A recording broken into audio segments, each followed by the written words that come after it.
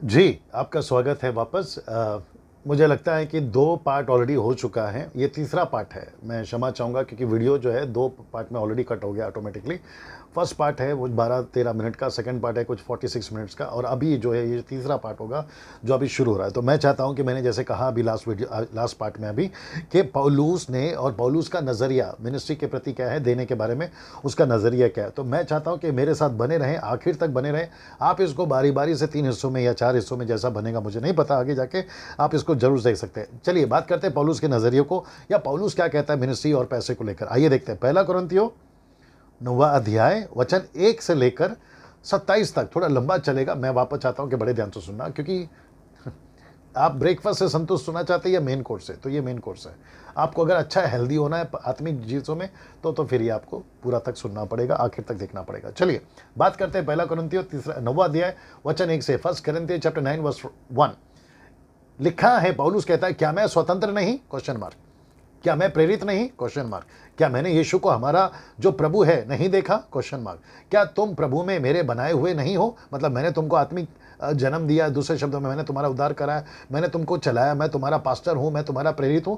ये सारी चीजें पहला वचन क्वेश्चन मार्क से शुरू होता है। मैं वापस पढ़ता हूं, क्या मैं स्वतंत्र नहीं, क्या मैं प्रेरित नहीं, क्या मैंने यीशु को जो हमारा प्रभु है नहीं देखा, क्या तुम मेरे बनाए हुए नहीं हो।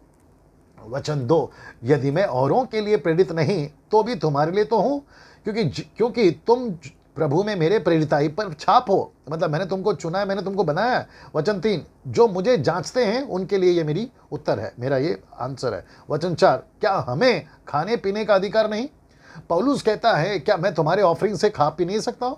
क्या मैं तुम्हारे दशमांश को लेकर अय्याशी या लग्जरी लाइफ नहीं जी सकता हूँ? क्या मैं अपनी मनमानी नहीं कर सकता हूँ? क्या मैं खाना पीना नहीं कर सकता हूँ? वचन 5, क्या हमें यह अधिकार नहीं, हमें मतलब पौलुस और सिलस की बात हो रही है, क्या हमें यह अधिकार नहीं कि किसी मसीह बहन को शादी करके यानी ब्याह करके लिए फिरे, जैसे और प्रेरित और प्रभु के भाई याकूब और कैफा यानी पतरस इसको लेकर करते हैं।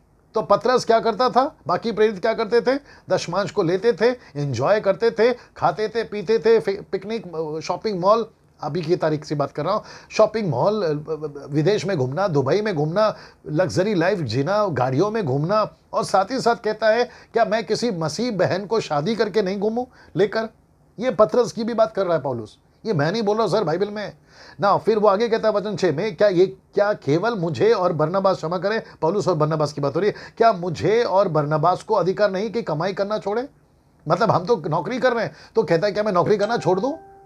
वो कहता है कि मैं नौकरी कर रहा हूं। वचन 7, कौन का भी अपनी गिरह से खाकर सिपाही का काम करता है, मतलब खुद का पैसा और खुद ही नौकरी, वो बोलता है ऐसा। दूसरा, कौन दाग की बारी लगाकर उसका फल नहीं खाता, मतलब मैंने अनाज लगाया और मैं नहीं खाऊं, मेरा खेत है और मैं नहीं खाऊं, मैं कमा रहा हूं, मैं नहीं खाऊं, नौकरी मैं कर रहा हूं, पैसा मैं नहीं लूं। फिर वो आगे कहता है, कहाँ गया, हाँ, कौन दाग की बारी लगाकर उसका फल नहीं खाता, कौन भेड़ बकरियों का रखवाली कर उसका दूध नहीं पीता।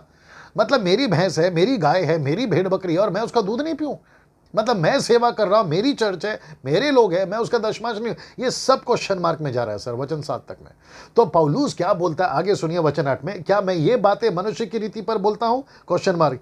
वचन 9, बड़े ध्यान से सुनना, क्या व्यवस्था भी ये नहीं कहती, क्योंकि मूसा की व्यवस्था में लिखा है कि दावने वाले चलते हुए बैल का मुंह नहीं बांधना। क्या परमेश्वर बैलों की ही चिंता करता है, क्या विशेष करके हमारे लिए नहीं। वचन 10, हाँ, हमारे लिए भी लिखा गया है, क्योंकि उचित है कि जोतने वाला आशा से जोते, दावने वाला भागी होने की आशा से दावनी करे। जबकि वचन 11, जबकि हमने तुम्हारे लिए आत्मिक वस्तुएं बोई, तो क्या यह कोई बड़ी बात है, क्या तुम्हारी शारीरिक वस्तु का फसल ना काटे। मतलब पौलुस बोल रहा है, मैं सब कुछ कर सकता हूं, मैं तुम्हारा ताइत ले सकता हूं, दशमांश ले सकता हूं, मैं अपने पॉकेट में रख सकता हूं, अपने मजे की जिंदगी जी सकता हूं, ये सब कुछ कर सकता हूं। वचन 12 सुनिए, जब औरों का तुम पर यह अधिकार है तो क्या हमारा इससे अधिक ना होगा। मतलब तुम्हारे पैसे पे, बड़े ध्यान से सुनना भारत के लोगों, बड़े ध्यान से सुनना जो जितनी हिंदी भाषा समझ रहे हैं और जो इस वीडियो को देख रहे हैं, आपके पैसे पे दूसरों का अधिकार है, आपके पास्टर का अधिकार है। पौलुस कहता है अपने जमाने में अपनी कलीसिया को कि जब औरों का तुम पर अधिकार है तो क्या हमारा अधिकार उससे ज्यादा नहीं होगा। परंतु हम यह अधिकार काम में नहीं लाए, परंतु सब कुछ सहते कि तुम हमारा द्वारा मसीह का सुसमाचार की कुछ रोक ना हो। मतलब पौलुस कहता है मैं पैसा ले सकता था, नहीं लिया। मैं तुम्हारा दशमांश ले सकता था, नहीं लिया। मैं तुम्हारी उठाई हुई भेंट ले सकता था, नहीं लिया। मैं तुम्हारी चर्च में स्वाइप मशीन लेकर नहीं घूमा। मैं तुम्हारे चर्च में सोना डाल दो, चांदी डाल दो, मंगलसूत्र उठा के डाल दो, कान का निकाल के डाल दो, आपकी अंगूठी निकाल के डाल दो, और जो बैठा है उसकी सीट अगर गर्म हो गई तो वो खड़ा हो जाए, 5,000 वाले खड़े हो जाए, 10,000 वाले खड़े हो जाए, 25,000 वाले खड़े हो जाए। ऐसा कितना चलता है सर आज की कलीसिया में, कितना चलता है कन्वेंशंस में। कितने सारे लोग पैसे मांगते हैं। भैया एक हाथ जोड़ के बोल रहा, अगर भीख ही मांगना था, अगर यही काम करना था तो फिर मसीह बने क्यों? इसको वीआईपी भिखारी बोलते हैं। पौलुस यहां पे कह रहा है, वचन 12 फिर से पढ़वाता हूं, जब औरों का तुम पर यह अधिकार है तो क्या हमारा इससे अधिक ना होगा? परंतु हम यह अधिकार काम में नहीं लाए, परंतु सब कुछ सहते रहे कि हमारे द्वारा मसीह का सुसमाचार की कुछ रोक ना हो। हम सहते रहे बोलता है। वचन 13 सुनिए, क्या तुम नहीं जानते कि जो पवित्र वस्तु की सेवा करते हैं वे मंदिर में से खाते हैं, और जो वेदी की सेवा करते हैं वह वेदी में का भागी हो जाते हैं? वचन 14, इसी रीति से प्रभु ने भी ठहराई हुई कि जो लोग सुसमाचार सुनाते हैं उनकी जीविका सुसमाचार से सुने। हमको अधिकार था कि क्योंकि हम तुम्हारे सुसमाचार रखे, हमको पैसा तुमसे हम ले सकते थे, बाइबल भी कहती है। लेकिन वचन 15 सुनिए, परंतु मैंने इनमें से कोई भी बात को काम में नहीं लाया। Can you believe this? वचन 15 में वापस पढ़ता हूं, परंतु मैंने इनमें से कोई भी बात को काम में नहीं। कहां से? वचन 7-8 से पढ़ते जो आ रहे ना वहां से लेकर अभी तक मैंने किसी को भी काम में नहीं लाया। रुकिए, आपको समझना होगा सर, मैं ये सब क्यों कह रहा हूं। यहां जलन है, यहां पे तड़प है, यहां पे बेचैनी है। आपको पता है क्यों? एक कहावत है बाहर, तंगी में आटा गीला। यहाँ वैसे ही मसीह में हम लोग माइनॉरिटी में हैं, अल्पसंख्यक हैं। यहाँ पहले ही कलीसियाओं में परमेश्वर के दासों के चेले नहीं बनाए जा रहे, लोगों को नहीं बनाया जा रहा है। वैसे ही मसीह का काम इतनी तेज़ी से नहीं चल रहा है। ऊपर से ये सारा चीज़ आकर आप वैसे ही काम को रोक दोगे। हम एक तरफ मिशन के लिए लोगों को तैयार कर रहे हैं, दूसरी तरफ कुछ लोग आते हैं उसमें पानी डाल देते हैं और कहते हैं कि आपका काम मिशन का नहीं है, आपको लग्जरी लाइफ जीनी है, आपको परमेश्वर ने अमीर बनने के लिए बोला, आपको परमेश्वर ने झोपड़े से बंगले में रहने के लिए बोला, साइकिल से मोटरसाइकिल, मोटरसाइकिल से मारुति गाड़ी। क्या कर रहे हो सर आप लोग? सोच के देखिए आप लोग क्या कर रहे हो। और जितने मेरे व्यूवर्स हैं ना, मैं उनको भी कहना चाहता हूं, ऐसी बकवास को नहीं सुनना। मैं रिपीट करूंगा, अभी पीने दीजिए मुझे पानी, सॉरी।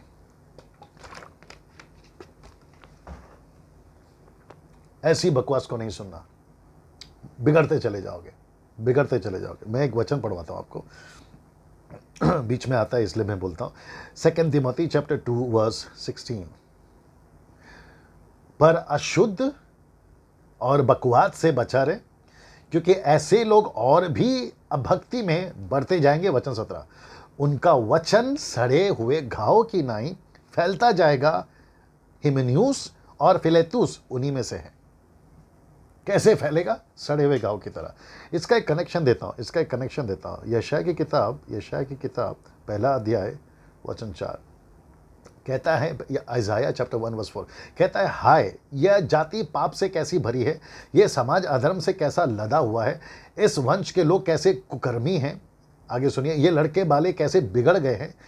उन्होंने यहोवा को छोड़ दिया, उन्होंने इज़राइल के पवित्र को तुच्छ जाना, वे पराये बनकर दूर हो गए। वचन 5, तुम बलवा कर करके क्यों अधिक मार खाना चाहते हो? मैं भी बोलूँगा, तुम जो टीवी पे आते हो ना, पैसे मांगते हो, फेसबुक पे आते हो, पैसे मांगते हो, हाथ फैलाते हो, सोना डाल दो, मंगलसूत्र डाल दो, चांदी डाल दो, सोना डाल दो, अंगूठी डाल दो, ब्रेसलेट डाल दो, और आप जो लालच देते हो ना कि अगर आप मुझे पैसा भेजोगे, अगर मेरे मैसेज को फॉरवर्ड करोगे, अगर आप मेरे को आमीन 10 बार 5 बार टाइप करोगे तो आपके बैंक में पैसा आ जाएगा, फ़ोन में पैसा आ जाएगा। ऐसे लोगों को मैं वापस वचन पढ़ना चाहूँगा, तुम बलवा करके क्यों अधिक मार खाना चाहते हो प्रभु से? तुम्हारा सिर घाव से भर गया है, तुम्हारे हृदय दुख से भर गए हैं, नक से सिर तक कुछ भी आरोग्यता नहीं, केवल चोट और कोड़े की मार, चिन्ह और सड़े हुए घाव हैं जो ना दबाए गए, ना बांधे गए, ना तेल लगाकर उस पर नरमाया गया। ये हालत है सर, सड़े हुए घाव की तरह ऐसे वचन फैलते जाएंगे। मुझे ताज्जुब कब होता है पता है? मैं आऊँगा। मुझे ताज्जुब तब होता है जब प्रॉस्पेरिटी की वीडियो के ऊपर हजारों की तादाद में व्यूवर्स होते हैं। जब हम ऐसा कोई प्रचार करते हैं ना, तो उसके व्यूवर्स कम होते हैं। और मुझे लोग बोलते हैं कि देखिए डैनियल भाई, इनके इतने सारे व्यूवर्स हैं, इनके इतने सारे सब्सक्राइबर्स हैं, मिलियंस में हैं, लैक्स में हैं, तो फिर मेरा वचन वही याद आएगा आपको, अभी मैं जो बताया, 2 तीमोथी उसका 2 अध्याय वचन 17। सड़े हुए घाव की तरह फैलेंगे ये लोग, और ऐसे लोगों को सुनना इनको अच्छा भी तो लगता है। पौलुस ने बोला हुआ है, कानों की खुजली के चलते लोग अपने लिए उपदेशक बटोर लेंगे, तो उनको वही सुनना पसंद है, ये वाली बातें नहीं सुनेंगे वो। एनीवे, मैं एक वचन और पढ़वाऊंगा, क्षमा करें, मैं 1 कुरिन्थियों 9 का 15 तक पढ़ रहा था। 1 कुरिन्थियों 9 का 15 तक पढ़ रहा था, और मैं चाहता हूं कि मैं उससे आगे कंटिन्यू करूं, क्योंकि बहुत गजब का चीज़ उसने बोला। वचन 16 पढ़ते हैं, यदि मैं सुसमाचार सुनाऊं तो मेरा कुछ घमंड नहीं, क्योंकि यहाँ तो मेरे लिए अवश्य है, क्योंकि और यदि मैं सुसमाचार ना सुनाऊं तो मुझ पर हाय, क्योंकि यदि अपनी इच्छा से यह करता हूं तो मजदूरी मुझे मिलती है, और यदि अपनी इच्छा से नहीं करता तो भी भंडार पर मुझे सौंपा गया। वचन 18, सो मेरी कौन सी मजदूरी है कि मैं सुसमाचार सुनाने में मसीह का सुसमाचार सेहतमंद कर दूं, यहाँ तक कि सुसमाचार में जो मेरा अधिकार है उसको मैं पूरी रीति से काम में लाऊं। वचन 19, मतलब मेरी नौकरी करो, मेरा पैसा उसमें मैं लाऊं, वो बोल रहा है वो। वचन 19, क्योंकि सबसे स्वतंत्र होने पर भी मैंने अपने आप को सबका दास बनाया, अधिक लोगों को खींच लाऊं। मैं यहूदियों के लिए यहूदी बना, यहूदियों को खींच लाऊं। जो लोग व्यवस्था के अधीन हैं उनके लिए व्यवस्था के अधीन ना होने पर भी व्यवस्था के अधीन बना, कि उन्हें खींच लाऊं ताकि उनका उद्धार कर सकूं। वचन 21, 1 कुरिन्थियों 9 का 21 पढ़ रहा हूं, व्यवस्थाहीनों के लिए जो परमेश्वर की व्यवस्था हीन नहीं परंतु मसीह की व्यवस्था के अधीन है, व्यवस्थाहीन सा बना ताकि उनको खींच लाऊं। मैं निर्बलों के लिए निर्बल बना, निर्बलों को खींच लाऊं। मैं सब मनुष्य के लिए सब कुछ बना, किसी ना किसी रीति से एक का उद्धार कराऊं। तो उसका कॉन्सेप्ट, उसका दर्शन, उसका फोकस एक ही था, यहूदी, नॉन जूविश, जंटाइल्स, किसी ना किसी का वो उद्धार करा कर लेकर आया। वचन 23, मैं सब कुछ सुसमाचार के लिए करता हूं, औरों के साथ उसका भागी हो जाऊं। वचन 24, क्या तुम नहीं जानते कि दौड़ में दौड़ते तो सभी हैं परंतु इनाम एक ही लाता है, वैसे ही दौड़ो जैसे कि जीतो। वचन 25, हर एक पहलवान सब प्रकार का संयम करता है, वे तो एक मुरझाने वाले मुकुट को पाने के लिए सब कुछ करते हैं, परंतु हम तो उस मुकुट के लिए करते हैं जो मुरझाने की नहीं। यानी उसका फोकस यहाँ नहीं, प्रभु के राज्य में था, स्वर्ग के लिए था। वचन 26, इसलिए मैं तो इस रीति से दौड़ता हूँ परंतु बेठकाने नहीं, इस रीति से के मुक्कों से लड़ता हूँ परंतु उनकी नहीं जो हवा से पीटता हुआ लड़ता है। वचन 27, परंतु मैं अपनी देह को मारता हूँ। ये इंटरेस्टिंग है, मैं अपनी देह को मारता हूँ, मैं अपनी इच्छाओं को मारता हूँ। मैं भी घूमना चाहता हूँ लग्जरी गाड़ी में, मैं भी खाना चाहता हूँ पिज्ज़ा बर्गर, मैं भी घूमना चाहता हूँ विदेश में, मैं भी जाना चाहता हूँ 3-3 घंटा थिएटर। आप समझ रहे हैं मैं किसकी बात कर रहा हूँ? ये सब कुछ मैं भी करना चाहता हूँ, लेकिन पौलुस कहता है मैं अपने देह को मारता हूँ, कूटता हूँ, वश में लाता हूँ, ऐसा ना हो कि औरों का प्रचार करके मैं आप ही किसी रीति से निकम्मा ठहरूं। Can you believe this? ना, ये सारी चीज़ें मैं क्यों बोल रहा हूँ, मैं आपको बताता हूँ। एक और वचन पढ़ाता हूँ, 2 थिस्सलुनीकियों 3 अध्याय वचन 11। ये सारी चीज़ों को पढ़ना पड़ेगा सर, आपको स्टडी करना पड़ेगा, नहीं तो फिर आप भटक जाओगे। दूसरा, इसलिए मैं 4 फेस में वीडियो बना रहा। 2 थिस्सलुनीकियों 3 अध्याय वचन 11 से लेकर 12, देखो क्या लिखा है। हम सुनते हैं कि कितने लोग तुम्हारे बीच में अनुचित चाल चलते हैं, कुछ काम नहीं करते और औरों के काम में हाथ डालते हैं। वचन 12, ऐसों को हम प्रभु यीशु मसीह में आज्ञा देते हैं और समझाते हैं कि चुपचाप काम करे और अपनी ही रोटी खाए, चुपचाप काम करे और अपनी रोटी खाए। 2 थिस्सलुनीकियों 3:10 में क्या बोलता है, देखिए, जब हम तुम्हारे यहाँ थे तब भी यह आज्ञा देते थे कि यदि कोई काम करना ना चाहे तो खाने भी ना खाए। मुझे पता है कि मैं रेफरेंसेस बहुत स्पीड बोल रहा हूँ, आप पॉज करके रिवाइंड करके आप उसको सुन सकते हो, क्योंकि मुझे बहुत कुछ बोलना है आपके पास में, ठीक है ना। मैं वापस कहता हूँ, जो पास्टर हैं, सही, पौलुस प्रेरित है, पास्टर नहीं, प्रेरित है, बड़ा पोस्ट है। वो कहता है कि मैं नौकरी करता हूँ, मैं अपने खुद का काम करता, तंबू बनाने का काम करता था वो आदमी, मैं खुद का काम करता हूं। उसके बावजूद, आई गेस प्रेरितों की किताब 20वां अध्याय, अगर मैं गलत नहीं हूं उसको देख लेते एक बार। पौलुस नौकरी तंबू का काम करता था, अगर मैं गलत नहीं, मैंने पढ़ा इसलिए मैं बोल रहा हूं।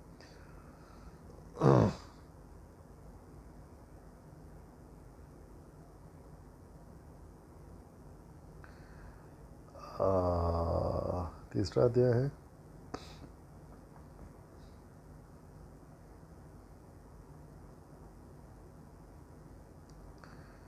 एक मिनट,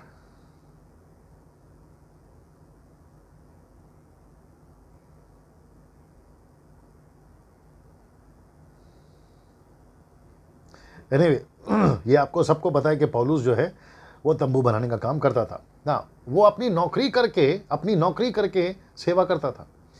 लेकिन मैं मैं ये नहीं कह रहा हूँ कि जो फुल टाइम में है वो गलत है। नौकरी धंधा छोड़ के आप प्रभु में आ गए, आपको प्रभु बुला सकता है, आपको प्रभु सेवा दिया है और आपको वो बोल सकता है कि अपनी नौकरी छोड़ो, बिजनेस छोड़ो और मेरी सेवा में आ जाओ। ये भी हो सकता है, मैं उसके लिए स्वीकार करता हूँ। ये प्रभु आपको बुलावा दे सकता है, जो प्रभु कहता है वो करिए। बट अगर प्रभु बुला रहा है तो फिर प्रभु देगा ना खाना। अगर आप डंके की चोट पे बोलते ना कि मुझे प्रभु ने बोला है, तो फिर आपको प्रभु पे ही भरोसा रखना है। अगर परमेश्वर ने एलिया को बोला है कि मैं तुझे जहाँ भेज रहा हूँ वहाँ जा, तेरी रोटी मैं खिलाऊंगा, कौवे मैं लाऊंगा, पानी मैं पिलाऊंगा, रास्ते में तुझे भूख लगेगी, स्वर्गदूत के द्वारा रोटी मैं खिलाऊंगा, तो जब प्रभु ने बुलाया तो प्रभु खिलाएगा ना। परमेश्वर आपको कभी आपको गरीब नहीं रखेगा। आप जब मुझे देखते हैं तो कुछ लोग मेरे को बोलते हैं कि डैनियल भाई आपका लाइफस्टाइल बहुत अलग है। वो इसलिए है क्योंकि प्रभु मुझे देता है।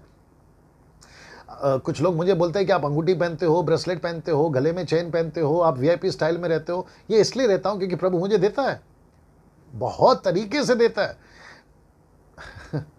ये अलग विषय पे मैं कभी बात करूंगा कि है ना क्या चीज़ें हैं, ये मैं बात करूंगा। लेकिन मैं वापस कहता हूं, अगर प्रभु ने सेवकाई के लिए बुलाया, वो आपको गरीब नहीं रखेगा, आपको भूखा नहीं रखेगा, आपके बच्चों को किसी के सामने हाथ फैलाने नहीं देगा, आपकी पत्नी को किसी चीज़ में कमी नहीं रखेगा, आपके घर में वो सारी चीज़ें रहेगी। क्यों? क्योंकि जब वचन कहता है, ओल्ड टेस्टमेंट न्यू टेस्टमेंट को दोनों को कोट करूंगा, निर्गमन की किताब उसका 25 का 23 में लिखा है, जो यहोवा की सेवा करेगा परमेश्वर उसके अन्न जल, खाने पीने, आने जाने, उसके चंगाई, उसके बांझपन सबको आशीष देगा। और इसी बात को यीशु मसीह ने बोला है यूहन्ना की किताब उसका 12 अध्याय वचन 26 से लेकर 31 तक में। उसने कहा जो बेटे की सेवा करेगा बाप उसका आदर करेगा। पहला शमूएल उसका 2 अध्याय वचन 30 में लिखा है, जो परमेश्वर का आदर करेगा परमेश्वर उसका आदर करेगा। किस रूप में? हर रूप में। आपकी इज्जत, आपका हेल्थ, आपका एज, आपका पैसा, आपका हर चीज, आपका आना जाना उठना बैठना, हर चीज में आशीष देगा। कब? जब आपको परमेश्वर सेवा के बुलाएगा। तब जब आपको परमेश्वर एक तरफ से विजन और प्रोविजन दोनों दे रहा है, वापस बोल रहा, सुन लीजिए, विजन एंड प्रोविजन जब दोनों दे रहा है तो फिर आप हाथ क्यों फैलाते हो? आप लोगों के सामने क्यों मांगते हो कि भैया मुझे दे दो, मुझे दे दो? परमेश्वर है ना, आपको दे देगा। बाइबल कहती है तुम्हारे मांगने से पहले उसको तुम्हारी जरूरतें पता है, क्या चाहिए और क्या नहीं चाहिए। यह है आपका परमेश्वर। दिक्कत यहां पर यह है कि आपको चुपचाप अपना काम करना है। जब प्रभु देगा, प्रेज गॉड। नाउ मैं चाहता हूं कि दूसरा थिस्सलुनीके की किताब उसका 3 अध्याय, क्षमा करें, पहला कुरिन्थियों की किताब उसका 4 अध्याय। मेरे साथ बने रहें, मजा आएगा सर आपको। पहला कुरिन्थियों 4 का 8 से 13 तक में। तुम तो तृप्त हो चुके, तुम धनी भी हो चुके, तुमने हमारे बिना राज्य किया, परंतु भला होता कि तुम राज्य करते, कि हम भी तुम्हारे साथ राज्य करते। वचन 9, मेरी समझ में परमेश्वर ने हम प्रेरितों को सबके बाद उन लोगों के नहीं ठहराया है जिनकी मृत्यु की आज्ञा हो चुकी है। पौलुस के लिए मृत्यु की आज्ञा हो चुकी है कि हम जगत में तो स्वर्गदूत और मनुष्य के लिए एक तमाशा ठहरे। पौलुस कहता है मैं तमाशा ठहरा। तो मुझे ऐसा लगता है इंसान तो इंसान, स्वर्गदूत भी देखते थे कि यार पौलुस कितना दुख उठा रहा है, कितना तकलीफ उठा रहा है, और वो स्वर्गदूत के नज़र में भी तमाशा। स्वर्गदूत भी कुछ नहीं कर पाते थे। स्वर्गदूत सेवा करते होंगे पौलुस के, वो भी कुछ नहीं कर पाते। यार ये आदमी इतना दुख उठा रहा है, किसके लिए? सेवा का के लिए। इसलिए उसने बोला, पहला कुरिन्थियों 4 का 10 पढ़ रहा हूँ, हम मसीह के लिए मूर्ख हैं परंतु तुम मसीह में बुद्धिमान हो, हम निर्बल हैं परंतु तुम बलवान हो, तुम आदर पाते हो परंतु हम निरादर होते हैं। ये पौलुस की बात हो रही है। वचन 11 13 तक पढ़ूंगा। हम इस घड़ी तक भूखे प्यासे, नंगे, घूसे खाते और मारे मारे फिरते। मैं 11 को वापस पढ़ूंगा। 1 कोरिन्थियन 4:11 कहता है हम इस घड़ी तक पहुंचे थे कि भूखे रहे हैं, प्यासे रहे हैं, नंगे रहे हैं, घूसे खाते रहे, मारे मारे फिरते रहे। कौन सा पास्टर आज की तारीख में यह करेगा बताइए? जिसकी बड़ी बड़ी मिनिस्ट्री है, इंटरनेशनल मिनिस्ट्री है। भैया पहला कुरिन्थियों 4 का 11 एक बार पढ़ लीजिएगा। आपको जो बॉडीगार्ड चाहिए, आपको जो इनोवा कार चाहिए, आपको जो लग्जरी लाइफ चाहिए, आपको जो 5 स्टार होटल चाहिए, आपको जो एसी कमरा चाहिए, आपको ऑफरिंग पैकेट में बड़े बड़े चाहिए, डॉलर्स में चाहिए, चेक में चाहिए, ड्राफ्ट में चाहिए, ऐसे लोगों को एक बार पहला कुरिन्थियों 4 का 11 पढ़ लेना चाहिए। ये है असली सेवा, ये थी मिनिस्ट्री। पौलुस इतना बड़ा पास्टर होकर अगर ये सारा दुख उठा सकता है, तो सर फिर आप और मैं क्या चीज़ है? हम दुख उठाना क्यों भूल गए? ना मैं चाहता हूं कि मैं समाप्ति की भी तरफ बढ़ूं। मैं चाहता हूं कि मैं आपको पौलुस की लाइफस्टाइल और टीचिंग बता देता हूं। पौलुस ने कभी भी अपने प्रीचिंग में प्रॉस्पेरिटी नहीं बोला। आइए देखते क्या बोला उसने। 2 तिमोथी की किताब उसका 2 अध्याय वचन 3 लिखा है, मसीह यीशु के अच्छा योद्धा की नाई मेरे साथ दुख उठा। पौलुस ने तिमोथी को बोला। तो पौलुस ने कभी भी अपनी मिनिस्ट्री में ये प्रचार किया ही नहीं। मैं एक प्रभु के दास को जानता, नाम नहीं बताऊंगा, वो कहता है कि पहले हमने बहुत सेवा कर ली, बहुत साइकिल में घूम लिए, गांव गांव सड़क सड़क दुख बहुत हमने उठाया, लेकिन अभी मेरे कोई भी सेवक दुख नहीं उठाएगा और हम भी गाड़ियों में घूमेंगे। Can you believe that? ये व्यक्ति ने बोला, अच्छा खासा फेमस आदमी है, वो कहता है कि हम जो हैं अब हम गाड़ियों में घूमेंगे। इंटरनेशनल मिनिस्ट्री हो गई है उसकी, तो दुख उठाना कहाँ गया? मसीह के लिए त्याग का जीवन कहाँ गया? ग्रेम स्टेन और उनके दोनों बच्चों को जब जलाया गया तो बीच में मूवी निकली थी, तो बहुत सारे लोगों ने उनके पिक्चर को जाकर देखा थिएटर में। एक सेल्फी निकल रहा है, एक पास्टर अपने चर्च के मेंबर के साथ गया पिक्चर देखने, ग्रेम स्टेन की जो घटना घटी थी, बाहर थिएटर के बाहर फोटो निकल रहे, सेल्फी, वो भी हंसते हुए। वो कौन सा पिक्चर है? कॉमेडी पिक्चर थी वो, कोई अलग पिक्चर थी वो? एक प्रभु का दास शहीद हुआ है, उसके 2 बच्चे को जिंदा जलाया गया। मूवी देखने के बाद, यानी कि वो पिक्चर देखने के बाद बाहर आके आपके आंखों में आंसू होने चाहिए, लेकिन यहाँ पे सेल्फी ली जा रही थी सर, पिज्जा बर्गर खाते हुए। Can you believe that? ये तमाशा नहीं है तो क्या है बताइए? एक शहीद को जो प्रभु के लिए मार्टियर हो गया है, आप उसकी वीडियो को, पिक्चर को देखकर आकर आप सेल्फी ले रहे हैं हंसते हुए, hey guys how are you, कितनी अच्छी मूवी इन ऑल दैट। ये सारा क्या है सर? सोच के देखिए आप कहाँ जा रहे हैं, है ना? इसलिए तो डैनियल राज की बातें पसंद नहीं आती कुछ लोगों को, क्योंकि ये सेवा है असली में।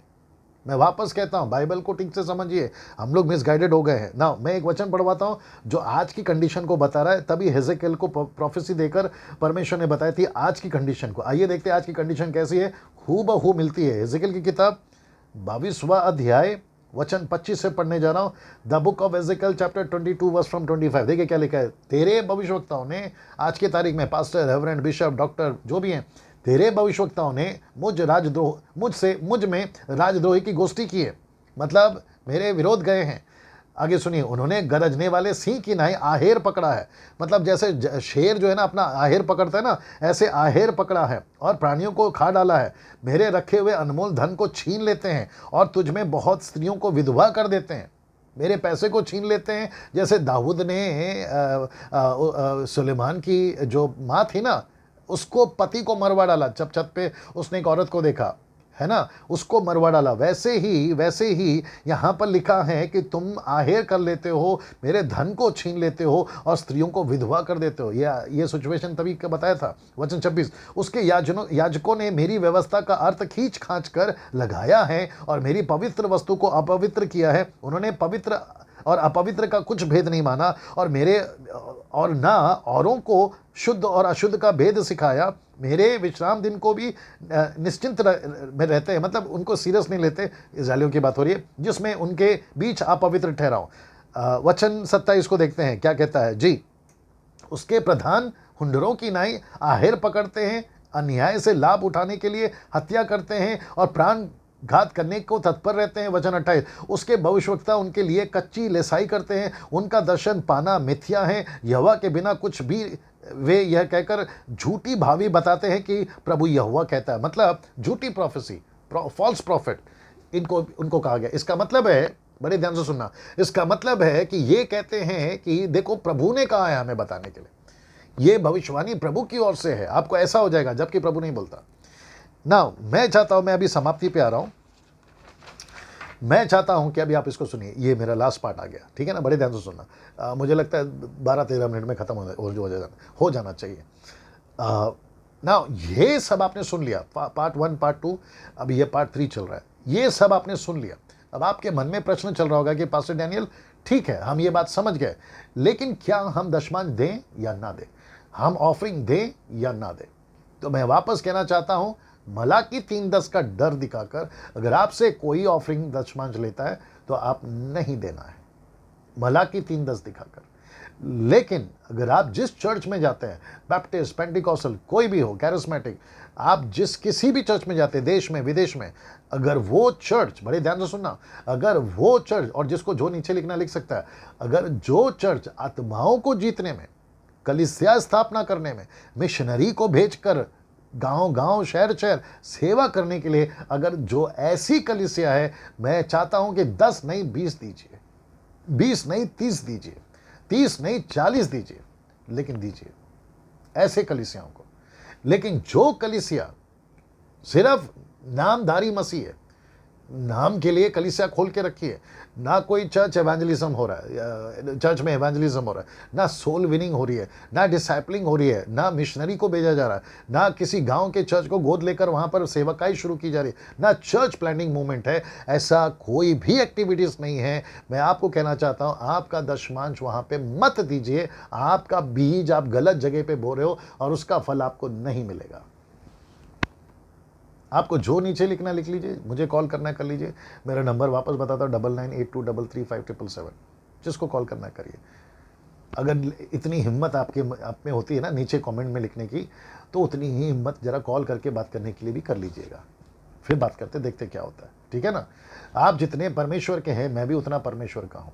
आप जितना प्रभु की सेवा करते हैं, मैं भी उतना सेवा का प्रभु की करता हूँ। जितनी चिंता आपको है ना, उतनी चिंता मुझे भी। जो बाइबल आप पढ़ते हैं, मैं भी वही पढ़ता हूँ। मुझे अलग और आपको अलग परमेश्वर ने बाइबल नहीं दी है, तो गड़बड़ियाँ क्यों ना। अब उसके संदर्भ में मैं कुछ बातें बताकर समाप्त करने जा रहा हूँ। तो मैं वापस कहता हूँ कि जो कलीसिया परमेश्वर की आत्माओं को बचाने में, सेविकाई करने में, मिशनरी भेजने में, उनको जरूर दीजिए। 10 नहीं 20 दीजिए, 20 नहीं 30, 30 नहीं 40 दीजिए, जरूर दीजिए। और अगर वो ऑफरिंग उठाते तो जरूर दीजिएगा। पास्टर अगर चर्च में आते हैं, घर में आते हैं, ऐसे सेवक लोग, याद रखो ऐसे सेवक तो उनको जरूर ऑफरिंग दीजिए, उनको जरूर ब्लेस करिए, उनके बर्थडे पे ब्लेस करिए, उनका एनिवर्सरी सेलिब्रेट करिए। आप जो भी करना चाहे, प्रभु का दास है। बाइबल कहती है परमेश्वर के दास, 1 तीमुथियुस 5वां अध्याय वचन 17-18 कहता है कि परमेश्वर के जो वचन की सेविका करते हैं, याद रखो वचन की सेविका करते हैं, वो दुगने आदर के योग्य, तो जरूर दीजिए, ठीक है ना। लेकिन आइए देखते हैं इसके साथ साथ पौलुस क्या कहता है। दूसरा कुरिन्थियों, मैं वापस कहता हूँ, ये मेरा लास्ट पार्ट है। दूसरा कुरिन्थियों 11 का 7 से 9 तक पढ़ते हैं। 7 से 2 Corinthians chapter 11 verse 7। देखिए क्या लिखा है। क्या इसमें मैंने कुछ पाप किया कि मैंने तुम्हें परमेश्वर का सुसमाचार सेंत में यानी मुफ्त में सुनाया और अपने को नीचा किया कि तुम ऊंचे हो जाओ। वचन 8, मैंने दूसरी कलीसियाओं को लूटा। शब्द देके लूटा, मैंने दूसरी कलीसियाओं को लूटा, अर्थात मैंने उससे मजदूरी ली ताकि तुम्हारी सेवा करूं।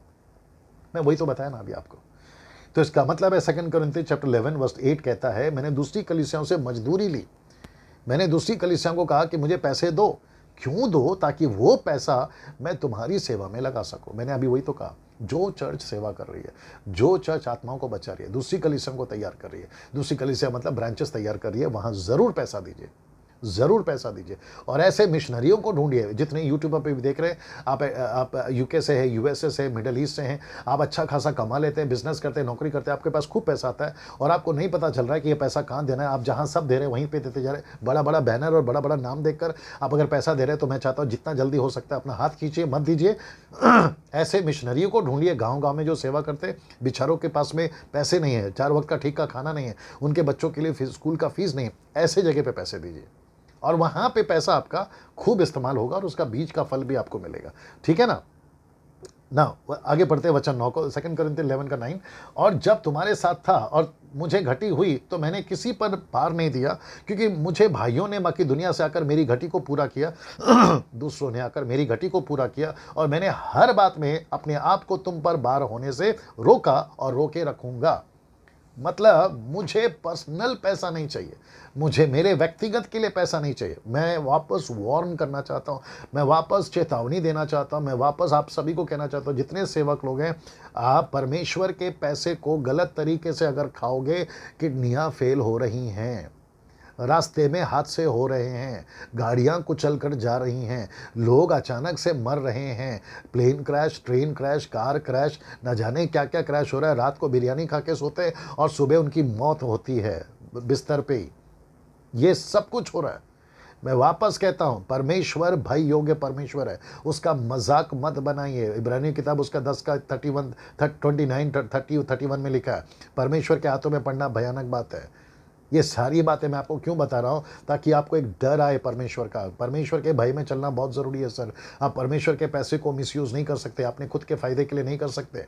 आप 3-3 घंटा थिएटर में जाकर बैठते हो, शॉपिंग मॉल पे जाते हो, किसका पैसा है? चर्च का पैसा। शर्म आनी चाहिए सर आप लोगों को।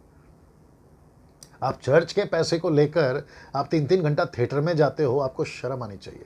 जो आराधक प्रभु का गाना छोड़कर पिक्चर का गाना से स्टाइल से आराधना करता है, उनको शर्म आनी चाहिए। आप कैसे परमेश्वर के मेज पे और शैतान के मेज पे कैसे बैठ सकते हैं सर आप लोग? आप परमेश्वर का काम और शैतान का काम दोनों साथ में कैसे कर सकते हैं? इसलिए तो पौलुस ने कहा ना पहला कुरिन्थियों 10वां अध्याय में, हम परमेश्वर की मेज और शैतान की मेज दोनों में नहीं आ सकते, सहभागी नहीं हो सकते सर। आपको ये समझना बहुत ज़रूरी है। आप परमेश्वर के पैसे को मजाक में नहीं उड़ा सकते। अनंत काल के लिए नरक में जाना पड़ जाएगा आपको, याद रखिए। यीशु साफ कह देगा, मैं तुम्हें नहीं पहचानता हूँ। उसने जब क्या कहते हैं, गहेजी को नहीं बख्शा, उसने आपका जूडस को नहीं बख्शा, हननिया सफीरा को नहीं बख्शा। आप हमेशा बात करते ना, विधवा ने एलिया को रोटी खिलाया, आप ये क्यों नहीं बताते हो गहेजी ने पैसे के लालच में अपने आप में कोड लेकर आया? आप हमेशा पॉजिटिव साइड क्यों दिखाते हो? ये भी तो बताइए ना, कलीसिया में डर आने के लिए कि देखो अगर ऐसा करोगे तो ये गड़बड़ आएगा। ये क्यों नहीं सिखाते सर? वो इसलिए नहीं सिखाते हो क्योंकि आपके व्यूवर्स कम हो जाएंगे, आपके लाइक्स कम हो जाएंगे, आपको जो चेक मिलता है वो बंद हो जाएगा, और आपको जो ऑफरिंग आती है ना वो मिल जाएगा, और आपके फैन फॉलोवर्स कम हो जाएंगे। याद रखिए, लेकिन परमेश्वर के पास नहीं पहुंच पाओगे आप। ये मेरी तरफ से आपके लिए चेतावनी है, ये खुद के लिए भी और आपके लिए भी ना। मैं चाहता हूं कि एक और वचन पढ़वाऊं, रोमी की किताब मैं समाप्ति की तरफ आ गया। रोमी की किताब 15 का 26 देखिए क्या कहता है। रोमी की किताब 15 का 26, क्योंकि मकी दुनिया और आख्या के लोगों को यह अच्छा लगा कि यरूशलेम के पवित्र लोगों के कंगालों के लिए चंदा इकट्ठा किया जाए। एक तो मंदिर में है, ऊपर से यरूशलेम मंदिर में है, और वचन कहता है वो कंगाल है। कंगाल कैसे हो गए सर आप लोग? इसका मतलब है वो पैसे के फोकस में सेवा कर ही नहीं रहे ना। वो कह रहे हैं अगर उनको कोई घटी हो गई है, कंगाल हो गए हैं, तो हम यहाँ से चंदा इकट्ठा करके वहाँ भेजेंगे। मैं वही तो बताया पहले, आपका पैसा ऐसे चर्च में जरूर दीजिए, 10 नहीं 20 दीजिए, जहां सेवा हो रही हो, जहां वचन प्रचार कर रहा हो, आत्माओं को बचाया जा रहा हो, वहां पर जरूर दीजिएगा। एक और वचन पढ़वाता हूं, 2 कुरिन्थियों 8 का 1 से पढ़िए, देखिए क्या लिखा है। अब हे भाइयों, हम तुम्हें परमेश्वर के उस अनुग्रह का समाचार देते हैं जो मक्की दुनिया की कलीसिया पर हुआ है। बड़े ध्यान से सुनना कि क्लेश की बड़ी परीक्षा में उनके बड़े आनंद और भारी कंगाल के बढ़ जाने से उनकी उदारता बहुत बढ़ गई। एक तो गरीब है, ऊपर से कंगाल हैं, लेकिन जब चंदा इकट्ठा यानी ऑफरिंग इकट्ठा करने की बात आई तो उसकी गरीबी में भी ज्यादा दिया उन लोगों ने। क्यों दिया सर? क्योंकि उनको पता था कि अगर हमारे पास में 2 रोटी है तो 1 रोटी उसको देना है जो सेवा कर रहा है। अगर मेरे पास में 1000 रुपए है तो 900 रुपए मैं उसको दूंगा जो सेवा कर रहा है। तो ये था सर। और उनके विषय में मेरी ये गवाही है कि उन्होंने अपनी सामर्थ्य, वरना सामर्थ्य से भी बाहर मन से दिया, और इस दान में और पवित्र लोगों की सेवा में भागी होने के अनुग्रह के विषय में हमसे बार बार बहुत विनती की, और जैसे हमने आशा की थी वैसे ही नहीं, वरना उन्होंने प्रभु की फिर परमेश्वर की इच्छा से हमको भी अपनी ताई दे दिया। मतलब जो आशा की थी ना उससे बढ़कर ऑफरिंग आया। क्यों और किसके लिए? तो वहां के लोग जानते थे, बड़े ध्यान से सुनना स्टेटमेंट, वहां की कलीसिया जानती थी कि पैसे कौन से पास्टर को देना है। वहां का पास्टर जानता था कि कौन सी कलीसिया से पैसा लेना है। पास्टर जानता था, कलीसिया जानती थी, लोग जानते थे पैसा कहां जा रहा है, पास्टर जानता था पैसा कहां जा रहा है। लेकिन आज की कलीसिया को नहीं पता पैसा कहां जा रहा है, और आज की कलीसिया को पता नहीं है कि पास्टर को कि पैसा लेकर करना क्या है। See that? आप अपना घर कैसे बना सकते हैं सर पैसे, चर्च के पैसे से? आपको यह समझना बहुत जरूरी है ना। मैं चाहता हूं कि 2 आखिरी वचन पढ़ाकर, एक है क्या पहली सदी की कलीसिया में, प्रेरितों की किताब 4 अध्याय, क्या पहली सदी की कलीसिया में, वचन 33, एक्ट चैप्टर 4 वर्स 33, क्या पहली सदी की कलीसिया में ये सब एक्टिविटीज चलती थी? आइए देखते चलती थी। 33 में लिखा है, एक्ट 4:33 में लिखा है, प्रेरित बड़ी सामर्थ से प्रभु यीशु के जी उठने की गवाही देते रहे, और उन सब पर बड़ा अनुग्रह था। याद रखो अभी भी नए नए लोग आए थे, 3000 5000 टोटल 5000 की कलीसिया थी उनकी। वचन 34, उनमें कोई भी दरिद्र ना था, इंग्लिश वर्ड है पुअर, उनमें कोई गरीब ना था। जिनके पास भूमि या घर थे वे उनको बेच कर बाकी बिकी हुई वस्तुओं का दाम लाते और उसे प्रेरितों के पांव पे रखते थे। वचन 35, और जैसी जिसे आवश्यकता होती थी, मतलब जिसको जो जो आवश्यकता होती थी उसके अनुसार हर एक को बांट दिया करते थे, जैसे जिसको आवश्यकता होती थी। इसलिए उनमें कोई गरीब नहीं था।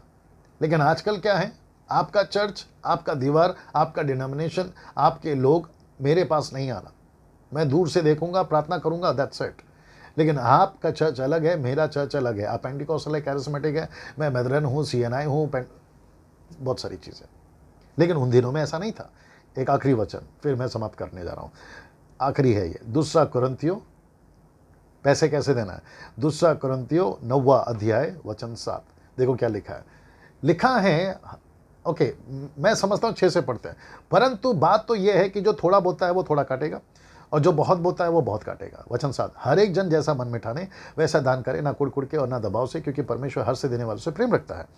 वचन 8, और परमेश्वर सब प्रकार का अनुग्रह तुम्हें बहुतायत से दे सकता है, कि जिससे हर बात में और हर समय सब कुछ जो तुम्हें आवश्यकता हो तुम्हारे पास रहे, और हर भले काम के लिए तुम्हारे पास सब कुछ बहुतायत से हो। तो इसका मतलब है कि कभी भी कोई भी व्यक्ति दबाव से परमेश्वर को अपना दशमांश नहीं देगा, और ना ही कोई पुलपिट से, चर्च से आपको प्रेशराइज करके, ट्विस्ट, हैंड ट्विस्टिंग बोलते हैं जिसको, दबाव के साथ में आपको कहे कि तुम्हें देना ही होगा, नहीं दोगे तो तुम्हें श्राप आएगा, भला के 3-10 का डर नहीं दिखाना। ऐसा जो भी करता है वो गलत है। ओके, सो मेरी वीडियो यहाँ मैं समाप्त कर रहा हूँ। परमेश्वर आपको बहुत आशीष दे। ये 3 सीरीज में मैं समझता हूँ बना है, पार्ट 1, पार्ट 2, पार्ट 3। इसको तीनों को देखिए, जितना हो सकता है शेयर करिए, और आप, मेरा नंबर आपके पास में है, आप कभी भी चाहे मुझसे बात करना चाहें कर सकते हैं। मैं वापस कहता हूँ, मैं यूट्यूब से पैसे नहीं कमाता हूँ, ये टोटली मुफ्त में मैं डालता हूँ, फ्री में डालता हूँ, और मेरा मकसद एक ही है कि परमेश्वर का सही ज्ञान लोगों के बीच में जाए। अगर आपने सब्सक्राइब नहीं किया है ज़रूर करवा लीजिए, ताकि मेरी जो नई वीडियोज़ आती है उसका जो नोटिफिकेशन है वो आपको मिलता रहे। Thank you so much, God bless you all. प्रभु आपको बहुत आशीष दे। Thank you.